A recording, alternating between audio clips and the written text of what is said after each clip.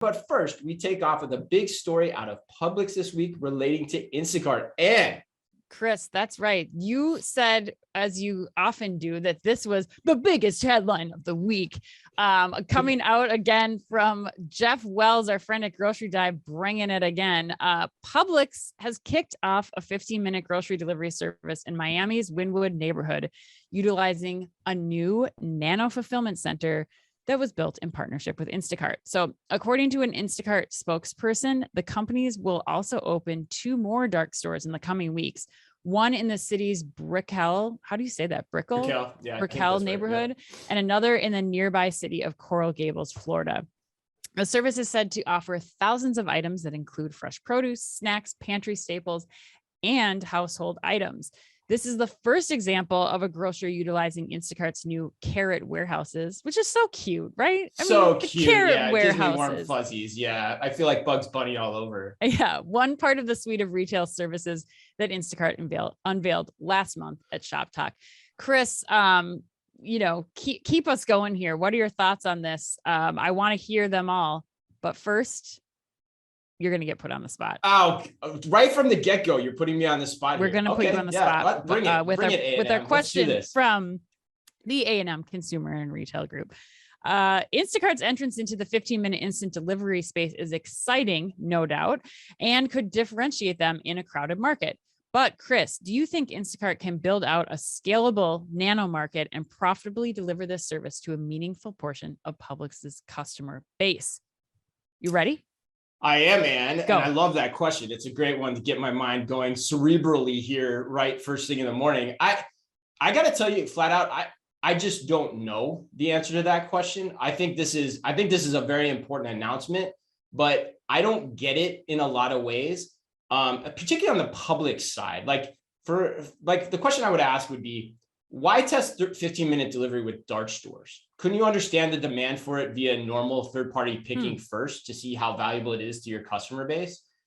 Because it's kind of sexy and hot, but it's still an open question in terms of how important this is for the market. And then the other part about this that I don't love is, what are these nano stores? Like, how high tech are they? How automated? Who is doing them on behalf of Instacart? Or are they just doing themselves? Are they just standing them up and operating them with human labor? They were dating a bunch of people. Remember? Right. They were dating around all these fulfillment providers. 100%. Fabric was rumored to be a part of this. There's no mention in the announcement about them. I would think if they were, they would want to be, but there's nary a sign of them or anyone else. And so, so I think the other point I would make is that if you want to test the waters on 15-minute delivery in dark stores, why also do you need to do it with Instacart if you're Publix? Couldn't you just as easily build that out yourself and do it through your own web portal and get the benefits of micro fulfillment too with that same investment, either on site or co-located somewhere else, just for e-commerce in general? So I don't see why you would throw Instacart this life raft when Instacart seems adrift already, despite how sexy the marketing handle of Carrot Warehouse is. So this is a total head scratcher to me. I am shocked that Publix has bought into this concept in the way that they have, which makes me wonder, what is Publix really doing here? How bought into it are they even? It just doesn't make sense. So to answer A&M's question, bring it full circle, I don't know. I don't have enough information, but I'm highly skeptical the way this is being portrayed from what we can ascertain in the media right now. But what do you think? So I'm going to play devil's advocate here, Chris. Are you? I agree with you. Okay. And I'm confused, perplexed, trying to figure out why they made the decisions. But if I'm trying to seek to understand Publix here, I think that they're under attack on the grocery delivery front. Okay. They own, especially in the Florida market where this is being tested, they are the go-to. They have been for a long time. Right. Now, Kroger's I think coming in, with all their... Exactly. Yeah. Kroger's coming in. They're using Instacart, I would guess, for the same reasons that a lot of grocers did during the pandemic. They need to set it up quickly to compete. And this will be they'll give Publix the ability to offer 15-minute instant delivery first in that market. I mean, they're going to be the first grocer to be able to do that. And if Instacart's the one that's going to be able to power that from them, they could learn from that experiment. I also don't think, I mean, you would know better than I, like actually operating stores, but like, I don't think that you can run 15-minute delivery. You can't hit those timestamps when you are pulling for directly from a store. Like, it's just too difficult to do.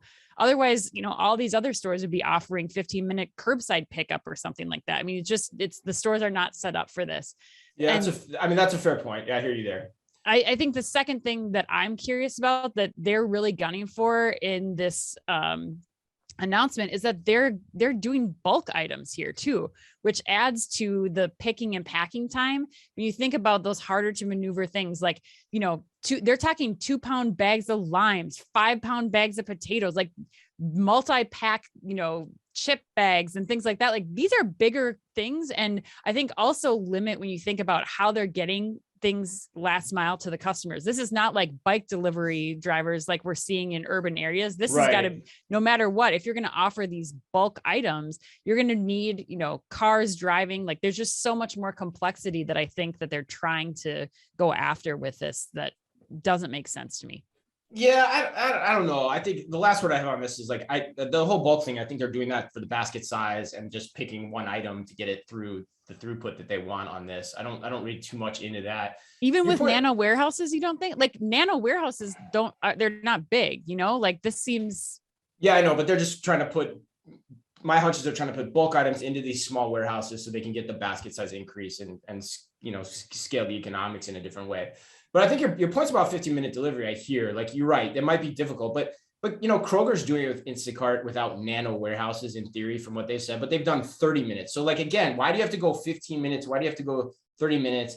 And you're not utilizing Instacart's existing infrastructure of third-party pickers for this. So why couldn't you just stand up your own warehouses yourself? Like, and use human labor, which isn't that expensive relative to automation. So I just don't get it. I don't know where this is going. And if Instacart isn't bringing anything special to the party, like through technology or through some partnership, I don't really understand what the secret sauce is that they're doing here either. So more will come. I think we'll find out, but I can't read anything out of this right now, Ann.